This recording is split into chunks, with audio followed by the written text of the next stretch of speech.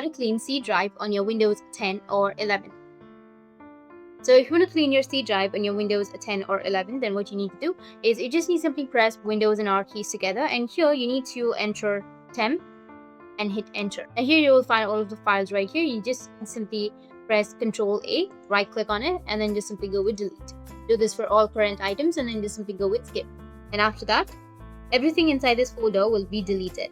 Now you need to again go with Windows plus R, and now you need to enter percentage temp percentage and hit the enter, and do the same again. Select all of these folders and then delete, and if some folders aren't deletable, then you just need to simply go and skip them. Once done, you need to go back, remove this, and then go with recycle bin. After opening your recycle bin, you'll have some folders or some files on your recycle bin. You just need to simply go and empty your recycle bin. Click on yes, and it will be deleted. So once done, you need to open up your settings, search for settings. After that, you need to go with apps and then go with installed apps. Once you're in your installed apps, if you are not using any application or if you no longer need an application, you just need to simply click on it and then hit on uninstall.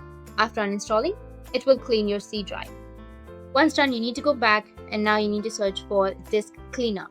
Click on that, and now you need to select your C disk and then select temporary internet files or downloaded program files, recycle bin, your temporary files, your thumbnails and everything, and then just simply go with cleanup, or just simply click on OK and then go with delete files, and it will start cleaning up your C drive.